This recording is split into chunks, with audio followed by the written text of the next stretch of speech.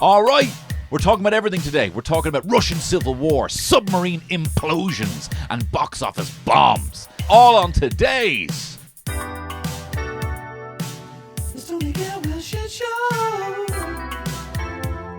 And I know that the show is Tony Cantwell Shitshow. And I know, yeah. Tony Cantwell Shitshow. Thanks so much for being here, for joining me here in the shed. You might notice things have gotten a little bit sexier in here. I'm pointing at my earring here. Ding-a-ling-a-ling. Got a new earring. Got a new earring. I'm a big sexy genie now. It's a big one. You ain't never had a friend like me. An incredible performance. And a great singer as well. What a song. Everyone talks about, Prince Ali and A Whole New World. Friend Like Me just seems like, you'd never put it on. You'd never put it on at a party. But what the fuck are you doing? People get really annoyed if you did. They'd be like, this is too much because it's so good.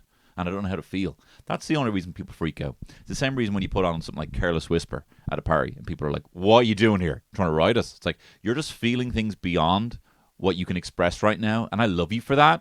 I love that you have big feelings and you can't really just live with them. You can't be horny and social at the same time. I love you for that. But I am going to play it now because I am trying to ride everyone here. But Never Had a Friend is a serious bop. Robin Williams, did Aladdin, right? He was the genie in it. And he was also the bat in Ferngully, right? Not as good a flick. Not a very good flick, right? Incredible performance from him. And incredible performance from Tim Curry as the smoke monster Rataxis. The smoke, very sexy kind of smoke monster. I wouldn't want to inhale him, man. Wouldn't mind getting a little Dan Aykroyd treatment off him, though, in the boudoir. But anyway, you don't need to talk about that at all. But Robin Williams did the movie, and they asked him to do Aladdin, and he's like, I'd love to do Aladdin. That sounds like a lot of fun. And the way they proposed it was like, look, you go out there and do whatever you want. We're going to animate it. And he's like, that seems like an incredible new, medium for my comedy and my improv. And they have to animate everything. And they even animate, references of like Richard Nixon and, Jack Nicholson and all this stuff. And it's an incredible end goal. But he said, the only thing is that I really like Ferngully, this movie. The rainforest is very important to me. So, of course, I'll do your movie because it's great. But I'd really prefer if the genie isn't kind of front and center in the marketing because I don't want Ferngully to flop, and I'm kind of the face of that. And they said, absolutely, we're not going to put, we won't put your name above the poster. The genie will feature and then the poster comes out and it's essentially just the genie. Hey! And some very small agribans, in Aladdin and Jasmine on a magic carpet and all that stuff, but it's pretty much the genie movie. And he was so annoyed that he vowed never to work with Disney again. And eventually, I think when they did Flubber, to get him on side, they bought him a Picasso. They just bought him a Picasso, a big red Picasso. And he actually turned it down, and he said, I don't want this Picasso. It doesn't go. He actually gave it to someone else. He's like, it doesn't go with anything in my gaff. I don't really have anything red here, apart from my top hat from the movie Toys. But he must have kept that in his jacks or something. So thought that was interesting. Anyway, I have an earring, big sexy earring. Tell you what was not very sexy, though. Re-piercing it myself on the streets and it bleeding. Bleeding ugly. You're bleeding ugly.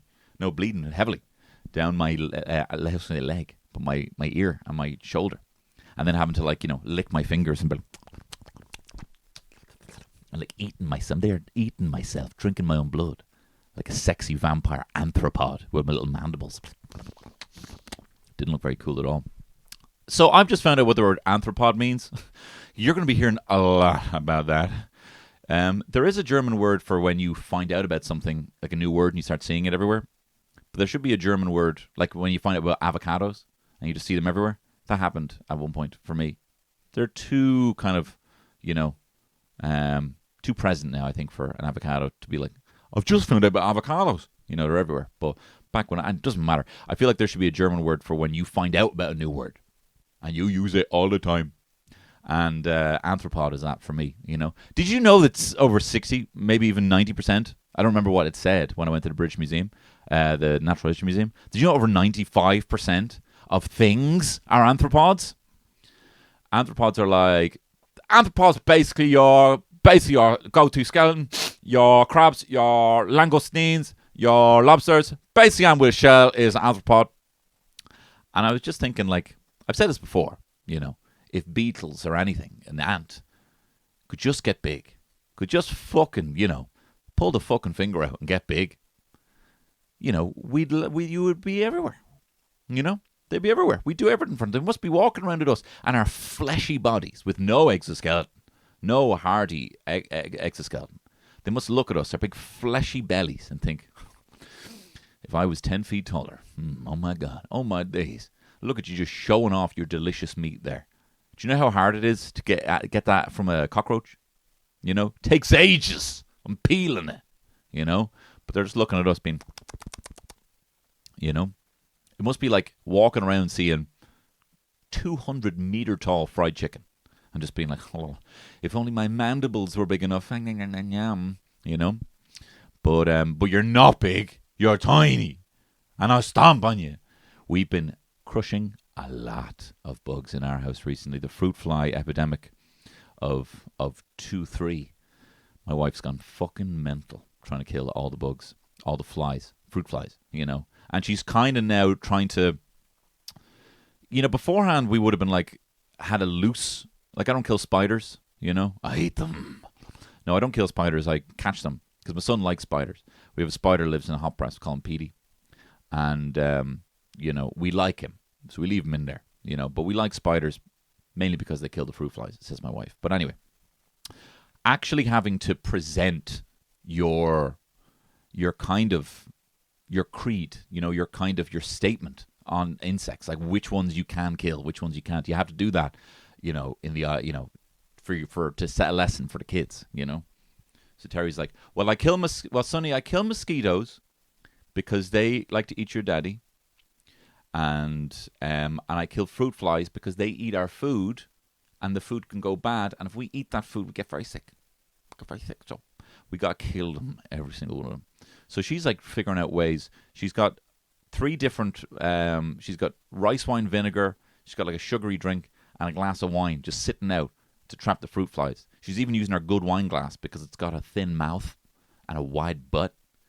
So you can catch them in there, kind of like a pitcher plant. And she's obsessed with it. She's checking it every half an hour. She is probably the greatest ninja that's ever lived when it comes to killing bugs. We were in the sitting room there, kids had gone to bed, and there was a blue bottle winding me up. Now, he's not on our kill list, but, kids were asleep, so Daddy was going fucking rogue, trying to kill this blue bottle, because it was loud, and it was annoying me. For how loud it is to me, it must be so annoying for them, Imagine everywhere you went, it was like, It's annoying for me. And I was just trying to chill, And this one was getting real fucking cocky, landing on my fingers and stuff, right? So I was trying to kill it. And I didn't go to the Kit Kat club, okay? I've never played tennis, okay? This is what I tell myself to excuse my weak sauce swinging. And I'll tell you this, I was swinging a fucking Atlas to try and kill this thing. An Atlas. And the third time I smacked off the TV, Terry stopped doing what she was doing. She was doing a bit of work. And she's like, all right, fucking I'll do it, right? And just like caught it with her hands. Caught it with her hands. This woman could catch a fruit fly with a chopstick. Absolutely incredible. I don't find it attractive, but I find it very impressive. Not everything has to be attractive. Not everything has to be like just, doesn't have to all live and hang by that thread. I suppose it is attractive. Sometimes her competency threatens me. Sometimes I find it very attractive. I didn't know how to fully, I didn't know what my take was on this. But anyway, she saved me from this blue ball. And then she made me a cracker and put a bit of butter on it. Because I'm the baby. I'm actually the baby in the family. But there's been a lot of fucking fruit flies around. And do you know what it is? It's not like the fruit flies are really bothering me. Yeah, they're eating all the food and all that stuff. That's annoying. It's the emotional. It's like what I'm saying about playing Careless Whisper. Your emotions are coming really hard through your body. And the emotions that you're feeling, and so you act out and you get really annoyed. Why the fly annoy you so much? It's because for me, the emotion I'm feeling is, this motherfucker's making me out to be dirty. These flies are here because I'm dirty. Because I live in dirt. Because I'm smelly, okay? Call a spade a spade. There's flies around. Why would there be flies around? Because yours truly's fucking smelly. And they make me feel smelly. They make me feel this big, as big as them, when they're flying around. And so I'm out there with my fucking Atlas, swinging it around, smashing into my OLED TV, right? Because they make me feel so smelly, you know? And I think that's part of it. Spiders are like, oh, what did a mischievous little spider do to get in here? Maybe there's a level of upkeep that hasn't been followed through in terms of getting rid of the cobwebs. Fine. But food out, fruit flies, the people who live in this house are smelly, mate. They're stinky people. Okay, bro? So that's the emotion that's kind of passing through a fucking keyhole for me, and it comes out in a fucking fire of anger, irrational anger towards a little fly, you know? But apparently there's just a lot of flies floating about these days, you know? I don't know anything about that. I don't know anything about flies. I don't know when they come. I don't know when they leave. I don't know what their season is. I don't know what midgie season is. I brought the family out for a walk there 2 weeks ago. There was fucking midgies galore, right? And we weren't wearing any of our fucking petrol or whatever the fuck. Like, that's shit you have to put on your body. Just to, like, I've said this before, you know, that DEET that you have to put on your body to scare mosquitoes away. You have to put something on so smelly that even the stinky bugs don't like it, you know? There needs to be a better system.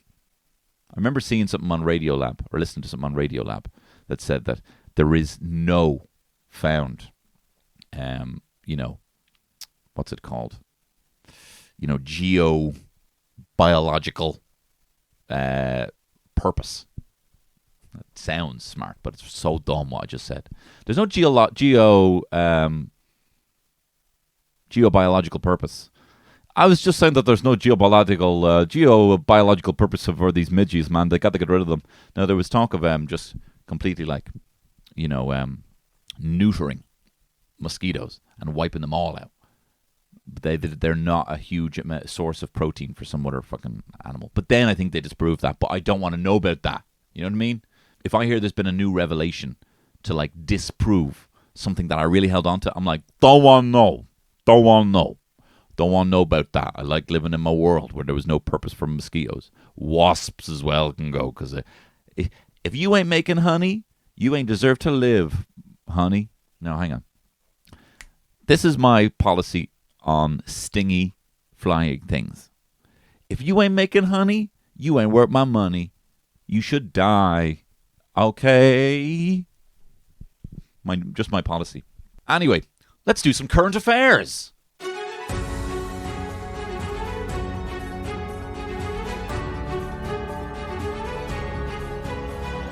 The submarine was found imploded. It was found smashed. The Ocean Gate submersible, the Titan, put together by engineer and deep sea explorer Stockton Rush, who unfortunately perished as well as 4 other shipmates, crewmates, including a billionaire, a Pakistani businessman and his son, and a French deep sea explorer, veteran deep sea explorer. About an hour and 45 minutes into its descent to visit the Titanic wreckage on a tourism kind of expedition, it imploded.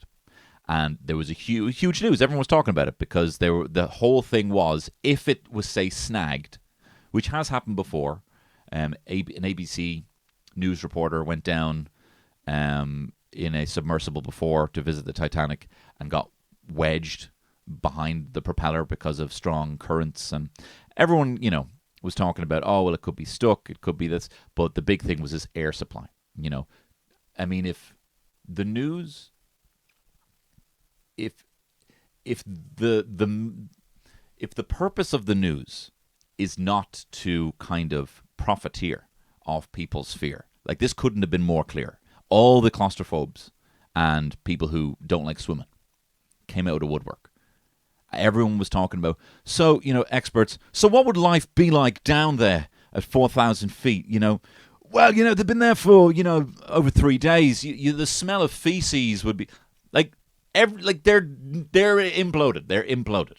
But everyone was kind of painting these more and more grim, you know, horrible pictures of what life will be like down there. They're likely sitting down there with towels over their head just to conserve their oxygen They would be banging Morse code on the hour every hour.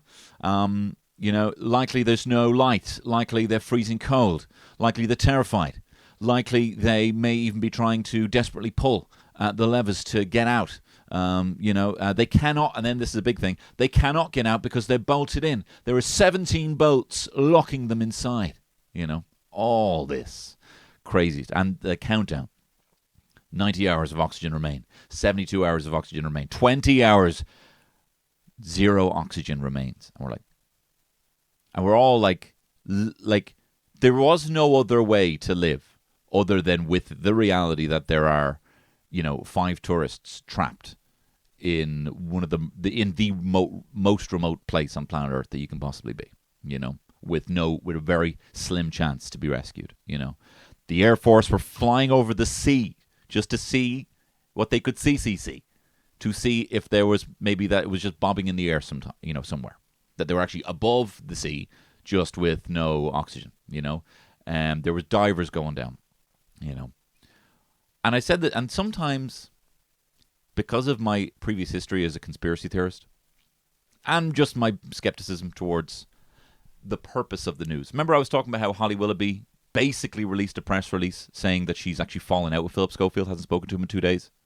And that was on the news, RTE News, 2 days on the drop. That is a press release. That isn't like RTE Radio 1 are like, what we write about today? It landed on their desk, and they read it, like news, So I believe that a lot of the news is a fabrication. And of course now we see that it's incredibly lucrative lies, basically painting the idea that, these billionaires could be running low on oxygen, just playing into every claustrophobe's fear, and us just fucking dining on it, watching 24-hour. And this is the interesting thing as well. If this was like, if this was in a cave somewhere, they could bring out trucks there. News reporting trucks would be outside this cave. And they would have 24/7 news reports talking to people, being like, and apparently the guy who's in the cave is an alcoholic, They'd be doing it. And they did all this stuff, and they tried, before they even found the vehicle, they had already talked about the billionaire, they'd already talked about Stockton Rush, and he was a deep-sea explorer, and then he was like, oh, this guy sounds very impressive. Then they start revealing, oh, this thing's made out of stuff that you can buy in, Dick's Sporting Goods, a light from Camping World, a Logitech controller, and everyone starts becoming this fucking backseat engineer, being like, I knew they shouldn't have used 3 different types of material. No, basically, right, half it was titanium, half it was carbon fiber, and then they did plexiglass fucking hole on it. Submarines, basically, would never go down to that depth, and they're all made of one material. Everyone was a fucking expert on this.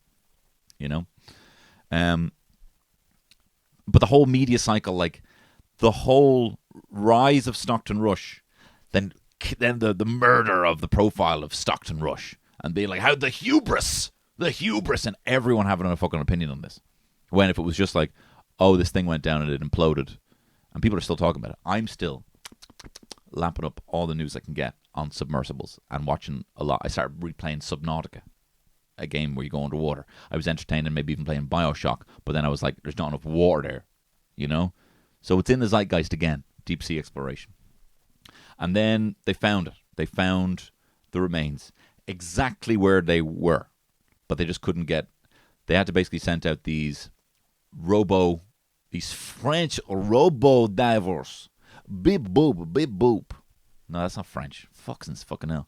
Beep boop, beep boop. That's more French. Robots down there, and it was exactly where they thought it was. But what's so insane about this is the people died. And they were never trapped. But we live in this kind of world where they could have been trapped, and they couldn't, because we talked about it for a long time. Underwater, drowning, buried alive, claustrophobia, just people being a bit too close to you for a while, social fucking distance, all these things wrapped up into one submersible package down by the Titanic, which is also a juicy little detail, right? We kind of live in an alternate history where that happened. It didn't happen. But we live in a history where that happened.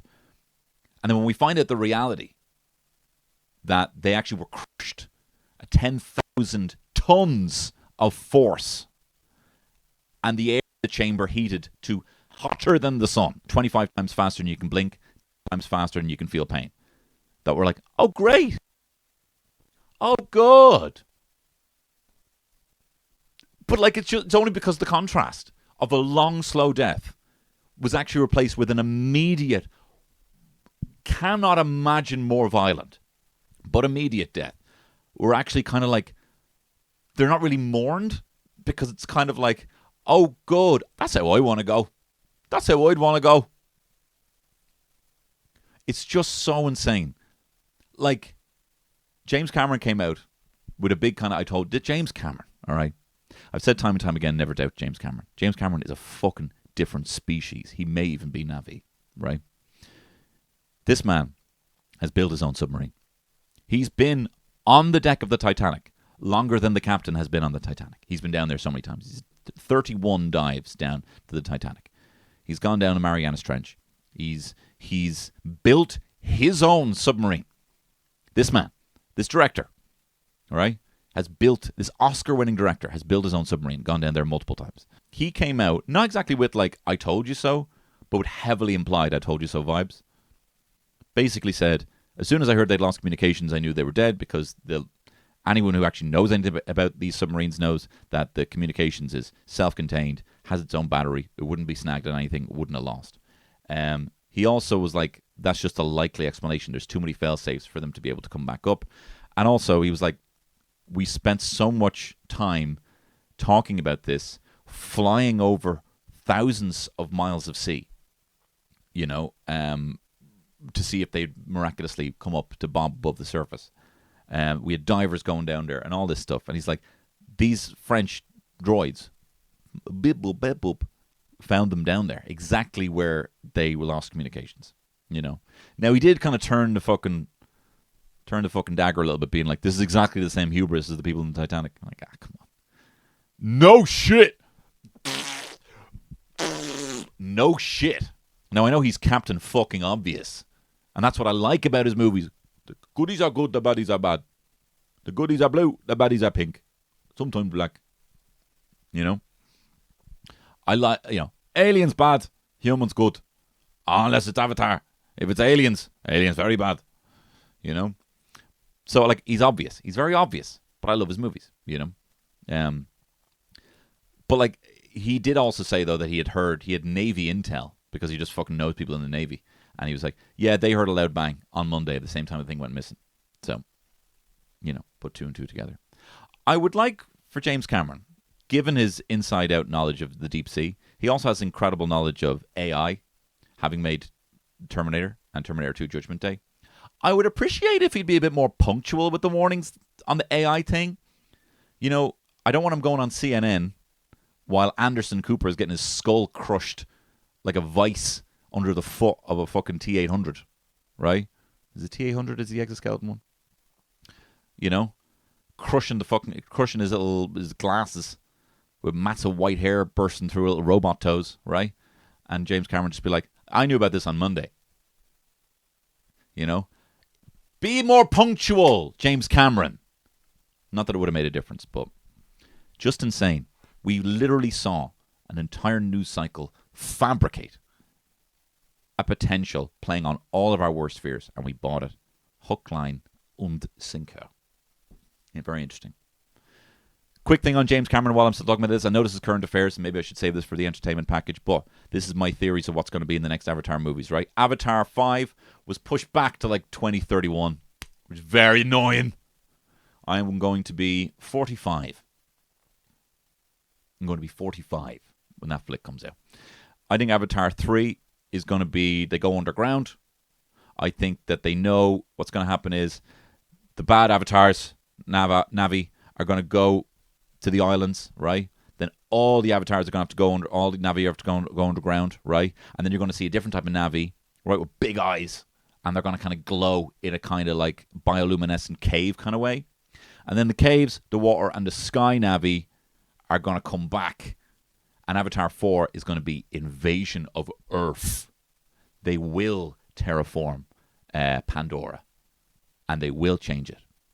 And then the Na'vi are going to come for vengeance. I wouldn't be surprised if they wipe out half the fucking Na'vi. I wouldn't be surprised if this is where James Cameron's going, being like, it's only going to end when the natural world is completely destroyed and the natural world comes for vengeance. In other news, Russian civil war was narrowly evaded. There was a chance that there was going to be Russian civil war. I didn't really read the full article, but from my understanding is a guy called Yevgeny Prigozhin sent an email to Putin with an attachment of Wagner from X Factor singing the B-52s Love Shack.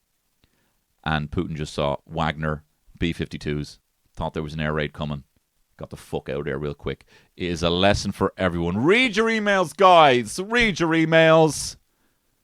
Putin missed out on an incredible rendition that also featured Wagner from X Factor singing She Bangs, you know?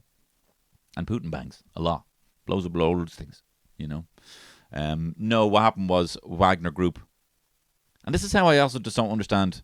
Maybe I just genuinely just need to read more so I can be a bit more, aware. I can have a bit more critical thought with my news source. But Terry was like, "Oh, do you see a mercenary group is of 25,000 troops is marching on Moscow to overthrow Putin?" And I'm like, "Oh, cool." And then I Google it, and then I find out that they're Nazis. I'm like, this is why life is not Hollywood, you know? This is why life is not Hollywood. You're like, oh, that doesn't sound good either. Oh, you know? But, it is showing the seams. The fact that there were so many Russian troops laid down their arms while Wagner came in singing Love Shack, baby. And lastly, in current affairs, Ryan Tuberty, nice guy. Mr. Saccharine Sweet. Mr. Good Man. Good person. Ryan Tuberty was found out to be a slag, was found out to be a skank, was paid around €350,000, more than was disclosed since 2017. Basically, for the last 5 years, he's got paid an average of €75,000 more. The highest paid presenter in RTE was paid on average 75,000 more. What happened was basically they had to take pay cuts. He accepted a pay cut, but his agent negotiated that he shouldn't have to take a pay cut, and they figured out, all right, look, if we can just figure out a way of getting €75,000 more from a sponsor, that can go directly to him. They didn't disclose that at the time. They didn't disclose that detail, and they didn't disclose that when the sponsor fucking pulled out, that all that money was still going to come out of the 191 million. Can you believe RTE take 190? What we're watching is the outcome of unskippable ads on the RTE player. Ads before this episode of whatever is brought to you by this, and then a shitload of ads on the national broadcaster, as well as 191 million. Now, I would love to work with RTE at some point. But, everyone's criticizing this, even the people inside RTE. So don't come for me, okay? 191 million of the license fee. And 350,000 of that, and not the money that was coming in from sponsorship, went to Ryan. Good man. Honest man, Ryan Tuberty. But I'll be honest, I'm a little butthurt by the whole thing. I was also one of the people, Peter McGann being another, and who knows, potentially other comedians as well, who were offered €200 to feature in an RTE sketch show, to write and star in a sketch for a sketch show. €200. And me and Peter were talking about it, and we were like, I really want to do it, but I can't for the sake of my my character. Do it for €200. I think I have to value my talents a little bit more than that. So then Peter pulled out, and they offered me 350. They offered me, and I'm not having to go with the producers here. I'm not having to go with the show. Their budgets are what they are, because that's what RTE allocate for that, for comedy, for a sketch show. So I'm not. There's no hard feelings. There's no worries if not at all about this. Okay, but €200 to write and be in a sketch that I would then post on my socials as well, just to get more people watching the show. It wasn't enough, and we both turned it down. And then when Peter turned this down first, they came to me and said, "Look, we've upped it now to 350." I'm like, "Where's the 50 quid gone? I know you offered Peter fucking, where's the 50 quid?" That money essentially has gone to Ryan Tuberty. you know? And it's not like the producers are just pocketing that. They should have had more money to make the show. They should have had more money to make a season of Irish comedy television, you know? But that's all going to Tubbs, and it wasn't disclosed, and no one, you know, was made the wiser about it. I also featured in a show where I found out that last minute that there was a sponsor, that they shoehorned in a sponsor for the TV show, maybe looking to recoup the money for Tubbs, but no one in that show saw any of the money. But they were then asked to reshoot scenes that featured this sponsor, and the sponsor also featured in the opening credits. Last minute, with only a few weeks' notice, they had to do this, and no single person in that show saw any of the fees from that. And the fact that everyone got their goodbyes, you know, I'm sure maybe Dee Forbes won't get her kind of retirement party. You know, she was already on the way out. Now she's officially quit. Still hasn't explained. And what I find fascinating as well is that I'm listening about all this news from RTE on RTE Radio 1, and they're so angry because all these people are denied pay rises. All these people who work really hard. All those producers probably in there before Tubbs comes in, you know, to do his 9 to 10 o'clock show, you know, every day. Everyone's really annoyed about it, you know, because all these people were denied that money. That money could have made a huge difference for everyone else who works there. And it's not like you're going to fucking lose. I saw this on Twitter as well. I don't know who said this. They're like, the whole argument was that they needed something to keep Ryan Tubridy. Ryan Tubridy's not going fucking anywhere, right? What's he going to do? Make it fucking big in the UK? He's palatable for Irish audiences. He's palatable for the people who watch the Late Late Show. Okay? He's like, that's fine. That's digestible. That's easy, right? It's like reading an issue of fucking Ireland's Own live on screen, you know? It's quaint. It's nice. It's fine. It's inoffensive. That's the power of him. And it's only applicable to Irish audiences. He's not going to... The whole idea is like, we might lose him to the UK. And this tweet was saying, what about all the people who had to fucking move to the UK at the start of their career because they couldn't afford to live here because RTE weren't giving them any platform to provide their level of entertainment, comedy. You know, what about the comedians who can't live in Dublin, you know, or have to commute to come in just to do live gigs that are not being broadcast on RTE? You got Virgin now doing footage for Crackdown comedy show, you know? Crackdown, who is a live, you know, do regular comedy shows every single week, a couple of week, and they've got a show on RTE that they pretty much have to fucking shoot and produce themselves. You know? But that opportunity wasn't even there for RTE. The only way to get on RTE was to make something yourself on the RTE player and then last minute have them fucking slap a fucking sponsor on it and take all the profits into the big fucking hole that's not being totally disclosed. Not cool. And I like the fact that people now feel they have the confidence to be so critical with them because they are the only game in town. But, you know, it's like when, you know, you saw Jay-Z getting smashed up by Solange. And I'm like, oh shit, are we really talking shit about Jay-Z and Beyonce now? Oh, are we really going? That's what it feels like with RTE now. Can we actually talk shit about RTE now for a second? Us performers, you know? But, you know, this is the same RTE that threatens to go with another voiceover artist if I couldn't do it, the changes that they made with a few hours notice, even though they have to go through a voiceover agent and it could be over a day and all this stuff. They literally threatened me over the phone to say they were going to go with another voiceover artist. I'm just saying, to squeeze the little guy, the little performer, you know,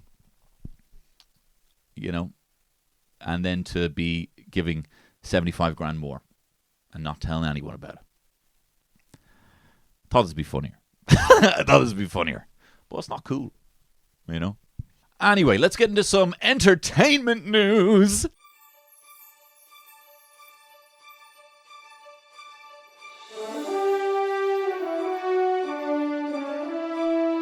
The Flash bombed.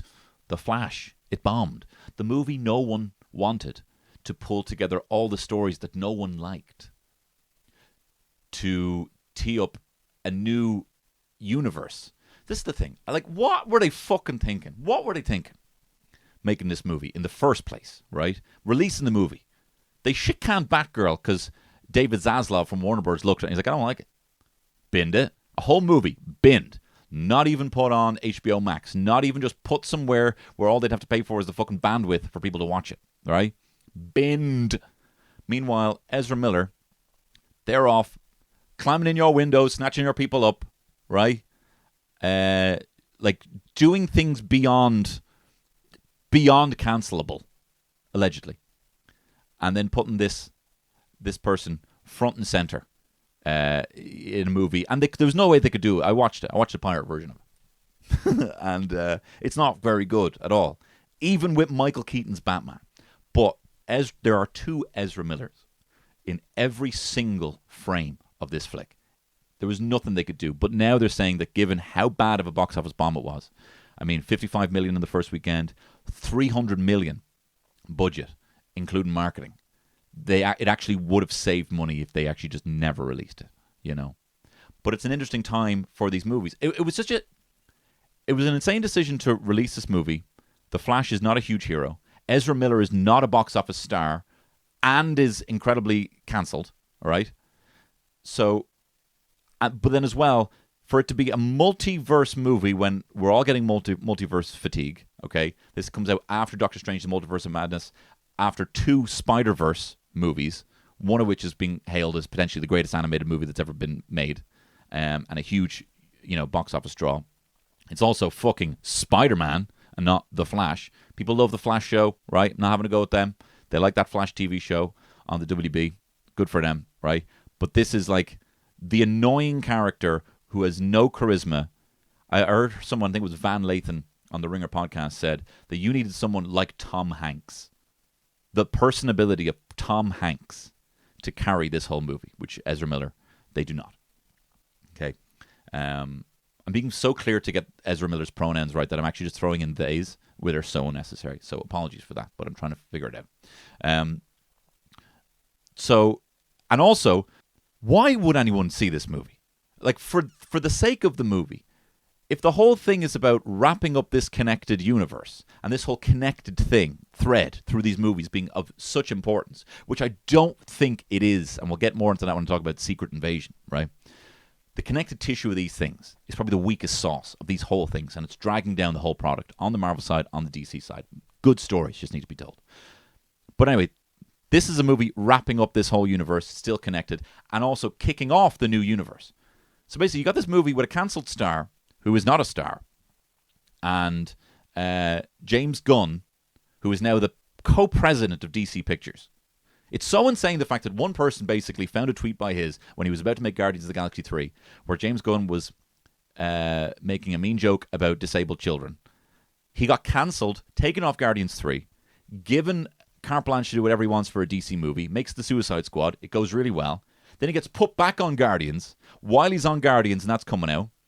Gets given the keys to the kingdom to make all the DC movies and be in charge of all the DC movies, including writing and directing his own Superman movie. All because one person tried to ruin his career. Like, if that is not the most ineffective subtweet ever. This person trying to ruin his career and ended up giving him, I mean, like, unparalleled, like Steven Spielberg, in fucking DreamWorks level of power here, Anyway, James Gunn also in the last 3 months has said, we're shit canning everything. We're sacking Henry Cavill. We're putting an end to this Snyderverse thing. The DCEU is no more. Oh shit, no, sorry, we also have a Flash movie coming out. You should check it out. It's the best superhero movie ever made. Doesn't have any, you don't have to watch it because we're totally rebooting everything, but you should check it out. Oh shit, Aquaman's coming out as well. Sorry. Oh, and Blue Beetle is also coming out. But that's also going to be the first movie in the new universe. Why would you care? And this is what's very interesting now, is that I was listening to a podcast about this. Like, they have forecasting when it comes to these movies, and they expect these movies to make money. And they expect these movies to make money based on how much people are talking about it. I'm talking about them, but I'm not going to go see them. I watched a pirated copy of Flash because I didn't think it was going to be good. I heard it wasn't going to be very good. The reviews came out, it was very bad, and I just wanted to even watch a cam quality version of it just to see what it looked like, what actually happens in it. I wanted to see Michael Keaton's Batman, not going to lie. And it wasn't very good. It wasn't very good. It was very dissatisfying. I love Michael Keaton. He's a good old Bruce Wayne. In fact, if this movie did well, they were potentially going to make a Batman Beyond. That's where Bruce Wayne is really old, raising a young kind of protege Batman. They're not going to make that movie now. That's not happening. But where was I going with this? They seem to think people talking about movies dictates the success of the box office. That's no longer the case. And I know that from my personal enjoyment of a lot of Marvel and comic book movies now, and this is no hard feelings, and I will never be able to thank Marvel for what they've given me in the everything leading up to Endgame. What they gave me. But I used to go on, lads. It was my way of going always to the cinema. It was always just, there's not even an issue. It was like telling Terry I'm going to a funeral, you know? No matter what's on, I'm like, hey, look, new fucking Marvel movie out. I'm going with the lads. We're going to see it, you know? No interest now anymore. There's no interest in any of these movies. None of them feel like there's anything to hang your hat on, you know? It's formulaic. It's Z-list heroes like Ant-Man. They have Fantastic Four and they have fucking X-Men. I'm getting annoyed now, right? They just need to make a good story. But no one's actually going to see the movies now. You know? Even the star power of The Rock couldn't prop up Black Adam. Shazam! Fury of the Gods was a flop. Guardians did okay. Black Panther 2 didn't do very well. And then you've got Secret Invasion, this show. And this is like, oh, this is the next thing, though. And they've such a huge opportunity here to have fun. Shape-shifting Skrulls, you know? They might not be who you think they are. Invasion of the Body Snatchers shit. You know, everyone might not be, you know, you think it's an exciting premise. You know, it's a spy, it could be a spy thriller. And then you're watching this show, and then Emilia Clarke, Daenerys, is like Ben Mendelsohn's daughter. And like, I feel like she must be like the kingpin in this whole thing because they're shooting her very small. They're making her purpose. I've never seen her look this small. She never looked this small as Daenerys, even though she's small. Everyone's like hovering over her. She's walking around. She's got a kind of like lollipop little fucking head, like tiny little figure and a massive head, you know? Don't know why that's important, but someone once told me that all Hollywood actors have really small bodies and massive heads, and that's why they look really good on screen. Anyway, and it's just this Falcon and the Winter Soldier shit again. Refugees, terrorists, loads of new characters. You know, are they a freedom fighter? Are they a terrorist? It's so fucking boring. It's so boring. And not even Samuel L. Jackson going full fucking Jules, you know, does he look like a bitch, is going to prop up the show. Olivia Colman comes out after like the first 20 minutes, and like it's almost like I just put on VR goggles because she leaps off the fucking screen. But there is nothing in Marvel. The only thing I'm excited about right now is Mission Impossible Dead Reckoning. This is the only thing I'm excited about. I'm excited about the new Dungeons and Dragons as a franchise. I think that's very interesting, you know. But has it... I mean, we're definitely post-peak comic book movies.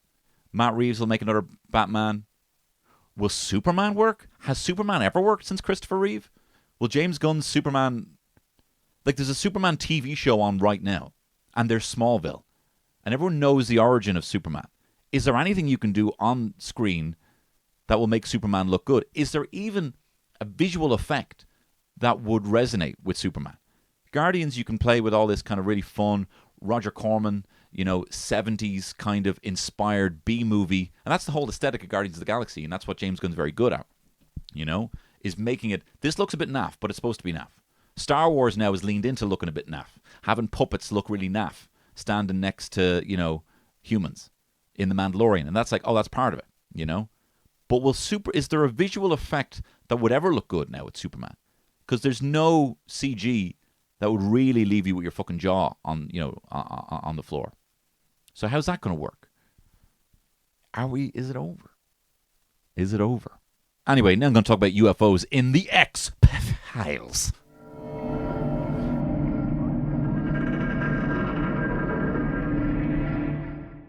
A former intelligence official turned whistleblower has given Congress extensive classified information about deeply covert programs that he says possess retrieved intact and partially intact craft of non-human origin. This is fucking huge news. He also gave an interview last week where he was asked outright, do you believe there are extraterrestrial vehicles and have alien bodies been found? And he said, yes.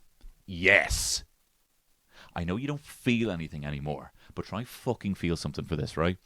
The information has been illegally withheld from Congress, and he filed a complaint alleging that he suffered illegal retaliation for his confidential disclosures reported here for the first time. This guy is a former combat officer. He's a veteran in the National Geospatial Intelligence Agency and the National Reconnaissance Office, and he was basically served informing this kind of task force for unidentified aerial phenomena. They don't call them UFOs anymore because they take them seriously now. I'd love to see UAPs. You know, you got students, standard price, and UAPs. You know, that's, you know, OAPs. I didn't know what an OAP was for years, and I would always go to the cinema. I'm like, what's a fucking OAP? How do I become an OAP? And I was like, I actually visualized them as like almost like Navi, just these superior humans, better than everyone else, walking in like, I'll have the OAP price, please. Like, what are you going to fucking do about it? Then I found it was old age pensioner.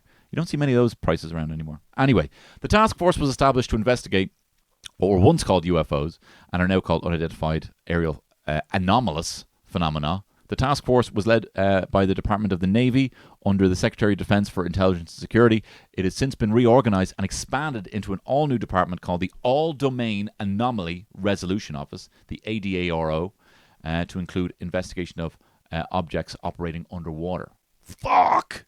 You got underwater shit as well. Where were you? Where were you for Hamish Harding? Where were you for Stockton Rush? In filing his complaint, this is why people are talking about it, right? Because he's like, you're hiding this. You're hiding this from Congress. And he's presenting it to Congress. And what's amazing about this now is these are not going on TMZ. They're going to Congress and then they become news because someone is like, the government is not being totally accurate about what they're showing you, you know? Now, again, I do believe all this. And I unfortunately let this slip. Again, I sometimes put my tinfoil hat on, right? I didn't actually finish my point on the Titan.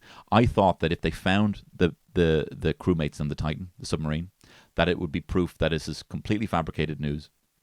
And this was a news story to take our eyes off something else, to have a global focus on a rescue mission.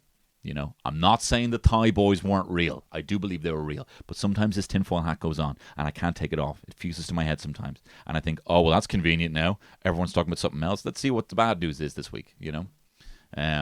Let's see if Greenland invaded somewhere, because they'd love everyone talking about this rather than their fucking, you know, invasion. Anyway, so I also then recently were hanging out with, we were doing the Eurovision show, and it was before we kicked off with Shane Daniel Byrne killing Sunderman Fanula J, and I was like, I do believe that, and I said this to them outright, I was like, I do believe in the next few years there's going to be some fake alien invasion started that is going to lead to new rules brought in on a global level. And then they were like, what? What? And like, I get it. And I agree, you know. I think this is my James Cameron I told you so when the alien invasion thing happens. I don't really believe it, but I kind of believe it. 5%. 5%. Not even a tinfoil hat, a tinfoil thimble on my head. We are not talking about prosaic origins or identities, Grush said, referencing the information. The material includes intact and partially intact vehicles. But these disclosures, right, basically it says here in the article, are showing that there's a growing determination by people in government to actually get to the bottom of what's been going on.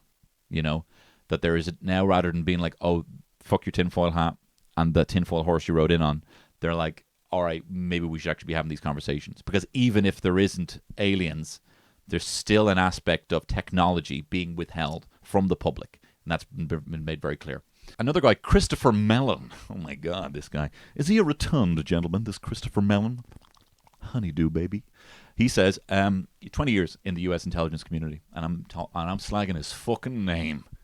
A number of well-placed current and former officials have shared detailed information about me regarding this alleged program, including insights into the history, governing documents, and the location where a craft was allegedly abandoned and recovered. Abandoned? Meaning they walked out. The aliens are walking out.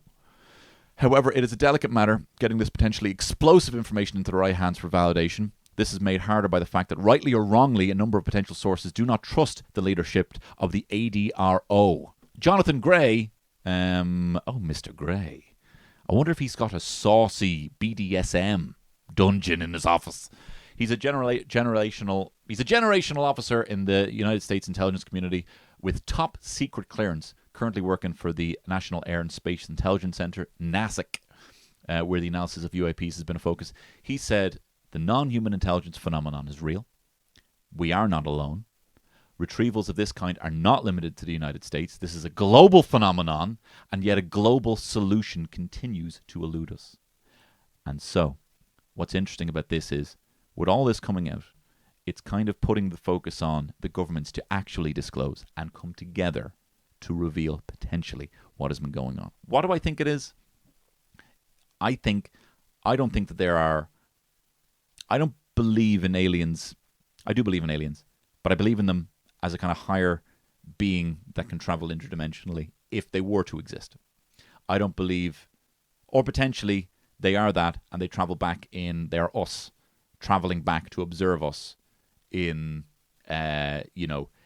interdimensional anti-gravity vehicles. Okay, if I had to tell you what I think it is, that's what I think it is. I don't think it's they live on a planet and they fly over here and they have a look at us. That's a bit too simple, all right? Or they fucking suck up a cow, suck off a cow. But what's interesting now is Grush, who drafted language about UAPs for this FY 2023 National Defense Authorization Act, right? And it's been signed into law by President Biden in 2022. There's a provision that states any person now with relevant UAP information can inform Congress without retaliation, regardless of any previous non-disclosure agreements. Meaning we're going to get a fuckload more of it. Doodle doodle doodle doodle. Ding ding ding. He said he reported to Congress on the existence of a decades-long, publicly unknown Cold War for recovered and exploited physical material, a competition with near-peer adversaries over the years to identify UAP crashes/landings and retrieve the material for exploitation/reverse engineering to garner asymmetric national defense advantages. I mean, Hitler went looking for the occult stuff so that he could make super Nazis. We're talking about alien army. We're talking about alien armies, guys. Okay? Grush in 2022 provided Congress with hours of recorded classified information transcribed into hundreds of pages, which included specific data about the materials and the recovery program.